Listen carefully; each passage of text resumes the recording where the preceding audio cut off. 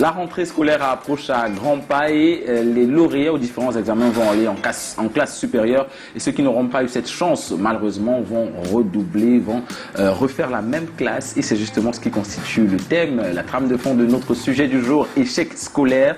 Comment surmonter? Est-ce que vous avez déjà été victime d'échecs scolaires, les filles? Oui et non. Voilà, en tout cas, on va prendre l'avis des téléspectateurs à l'instant. Ils nous disent comment est-ce qu'ils ont réussi à chaque fois à surmonter l'échec scolaire dont ils ont été victimes dans leur parcours académique. On regarde cet élément réalisé avec la contribution de Cyril Kwakam et Armand Pagna. Dans ma tête, je me suis dit que ça arrive dans la vie, puisque il y a aussi auparavant d'autres qui ont échoué. Et moi, certes, la douleur, elle a été présente. J'ai dû me morfondre pour un bout de temps. Et puis, il me dit que non. J'ai solidifié le mental, en fait, pour pouvoir surpasser. Et ainsi aussi communiquer à mes petits frères qui avaient aussi échoué. Vous savez, quand on échoue, il y a le regard des autres autour de nous. Nos petits frères qui viennent nous retrouver, nos camarades qui étaient avec nous, qui sont devant, qui ne marchent plus avec nous. J'essayais de ne pas prendre cela en compte. Au contraire, j'allais vers eux. J'allais vers eux. Je prenais les conseils auprès d'eux pour savoir comment est-ce qu'ils faisaient. Je me servais même de leur réussite pour aussi aller de l'avant. Dialoguer avec lui en ce moment, non, ce n'est pas la fin du monde. Et mettre aussi d'abord dans la tête en tant que parent que l'argent que tu as dépensé, c'est pour l'enfant, ce n'est pas parce que tu veux ceci, tu veux son évolution, bien sûr. Bon, ça peut arriver que l'enfant échoue. D'être focalisé à la prochaine suite d'études et essayer de revoir ce que vous avez fait échouer au temps passé. Ce n'est pas d'être démoralisé et dire que vous n'avez plus d'espoir ou être désespéré. Parce que ce qui cause l'échec, ce sont des petites erreurs qu'on se dit certains qu'on connaît trop et on ne parvient pas à mieux étudier. On passe la plupart du temps comme les jeunes à être dans les boîtes de nuit. On se dit que non, c'est seulement de faire un petit rattrapage, quelques lignes de sujets. Je veux me rappeler dans la salle d'examen, je veux bien composer. Mais quand cela ne tient, ce n'est pas là la solution et la réussite. La réussite, c'est de préparer dès le premier tour en classe et dès le premier jour de l'école. Déjà, l'échec n'est pas une fatalité. Que quand on a un souci, on se rapproche de... Moi, j'ai des enfants, par exemple, qui viennent me voir.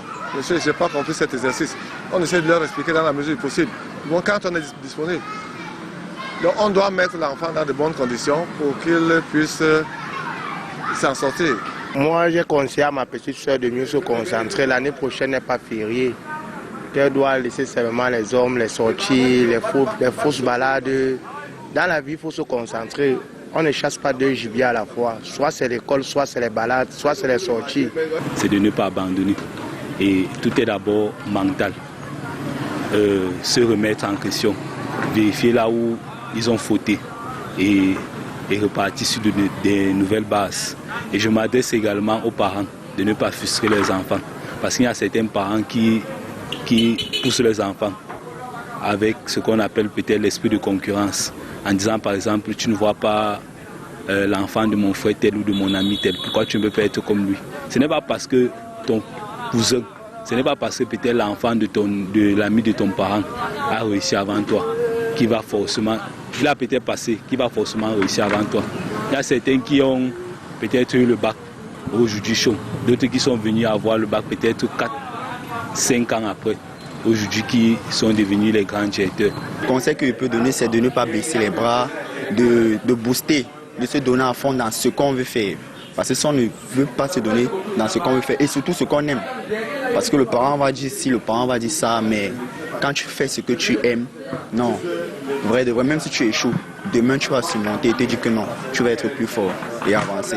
L'émission se poursuit, on a bien suivi les gens dans la rue, chacun avait son astuce assez particulière pour surmonter l'échec. C'est vrai que quand tu échoues, ce qui fait le plus mal, ce n'est pas souvent de redoubler, c'est le fait de voir tes camarades dans la classe qui est juste devant toi. C'est ça qui fait mal. Alors, vous, les filles en plateau, chacune à son tour, on commence par Nazira, vous nous dites quelle est l'astuce que vous utilisez pour surmonter l'échec? Si déjà il vous est arrivé, ou sinon si vous pouvez le recommander à ceux qui sont victimes d'échecs scolaires. Bon, moi particulièrement, j'ai connu l'échec scolaire quand j'étais en première. Oui, le premier temps n'a pas été facile avec moi. Donc j'ai repris la classe, mais la deuxième fois a été la bonne. Parce qu'on dit souvent que si tu essaies une fois, ça ne donne pas. Ben, essaie une deuxième fois et la deuxième fois a été la bonne. Ce qui m'a permis de surmonter l'échec scolaire, c'était beaucoup plus mes parents.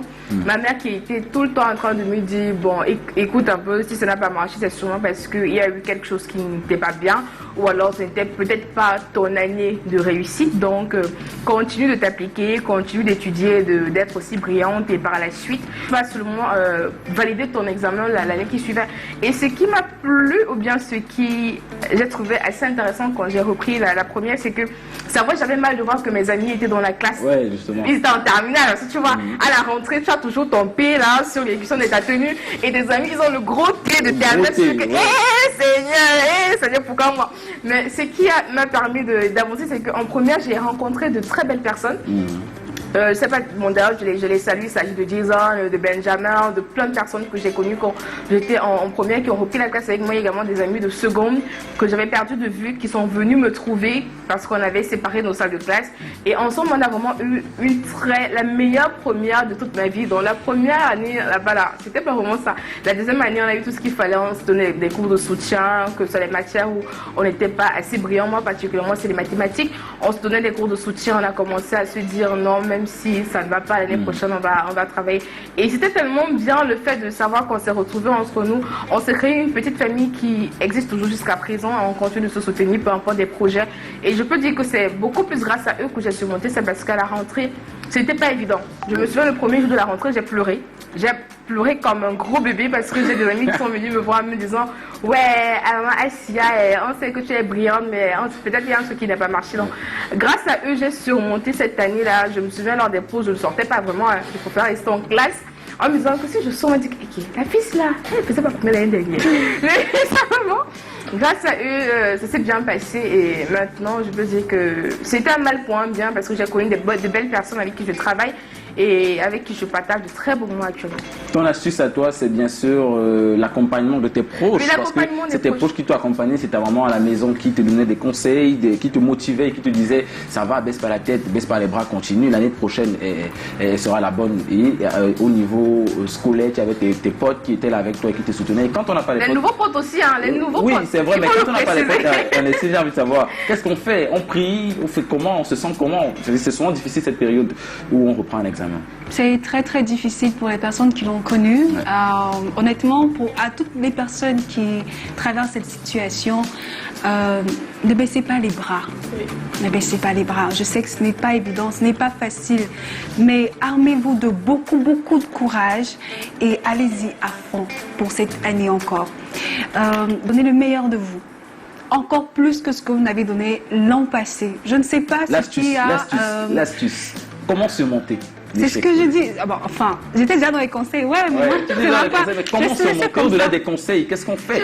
Parce que c'est qu'au quotidien, tu vas rencontrer des amis qui sont allés en classe supérieure. Tu vas avoir le seum d'être encore sur les mêmes cours que tu as sur l'année précédente. C'est même ça qui fait le plus mal. Voilà. Le conseil ou l'astuce, comme je disais tantôt, mais en conseil, ce serait vraiment de se remettre au Seigneur. La prière. La prière. Prier beaucoup pour que Dieu nous accompagne dans cette nouvelle année qui arrive.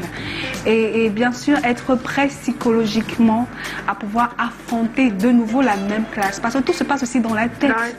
Maintenant, si tu es stable dans ta tête, tu seras également stable émotionnellement et tu pourras certainement réussir ton année. Voilà. D'accord, ça c'est le conseil d'Ernestine. Moi, le mien, je vous le donne, c'est très simple. Il faut pleurer. Voilà, c'est vrai. Là, il faut pleurer. C'est peut-être pas en public, mais tu t'enfermes dans ton charme, dans ta chambre. Tu pleures. C'est-à-dire que tu évacues. Tu peux passer la première journée à l'école, tu te rends compte que tout le monde est là et tout. Et même quand on proclame les résultats, tu te rends compte que ton ennui n'y est pas. Tu t'assois, tu te remets en question, tu pleures. Et les pleurs ne vont pas se limiter à ça parce que justement après, il y a la remise en question et il y a la prise de décision pour ce qu'on va faire pendant l'année qui va suivre, comment est-ce qu'on va se comporter, on regarde ce qui n'a pas marché, ce qu'il faut améliorer. Et l'astuce que moi on m'avait donnée, c'est d'écrire d'écrire sur un bout de papier, cette année, je réussis. Et de la coller derrière la porte de la chambre. De telle enseigne que chaque matin, quand tu te réveilles, que tu sors de ta chambre, tu te dis, cette année, c'est mon année de réussite. Et tu prends de nouvelles résolutions qui certainement vont porter leurs fruits. Il faut pleurer pour évacuer, se remettre en question et prendre de nouvelles décisions. Vraiment, quand on laisse les conseils et tout, au-delà des conseils, c'est que c'est la décision personnelle de nous qui avons échoué. Si tu as échoué, si c'est ton cas, c'est que tu te remettes en question et que tu prennes de nouvelles décisions qui vont te permettre, bien évidemment, de valider l'examen pour l'année prochaine. À l'instant, on va prendre, les amis, l'avis de notre grand frère. Il s'appelle Emmanuel Nodem et il réagit en audio. On l'écoute. Bonsoir, ici le grand frère.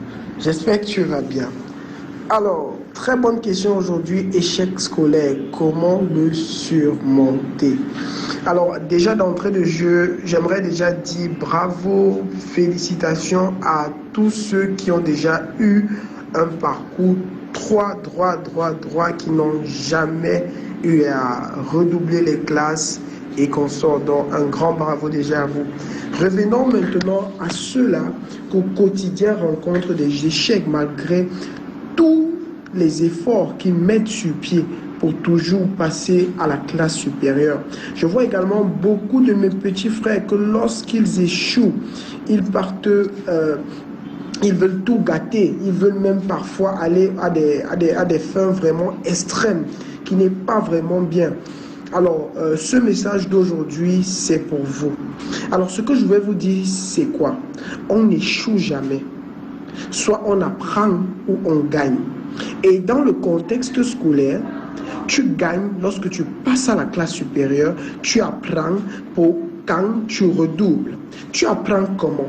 Tu apprends que les jours ou bien les heures que tu as passées à apprendre n'étaient pas suffisants.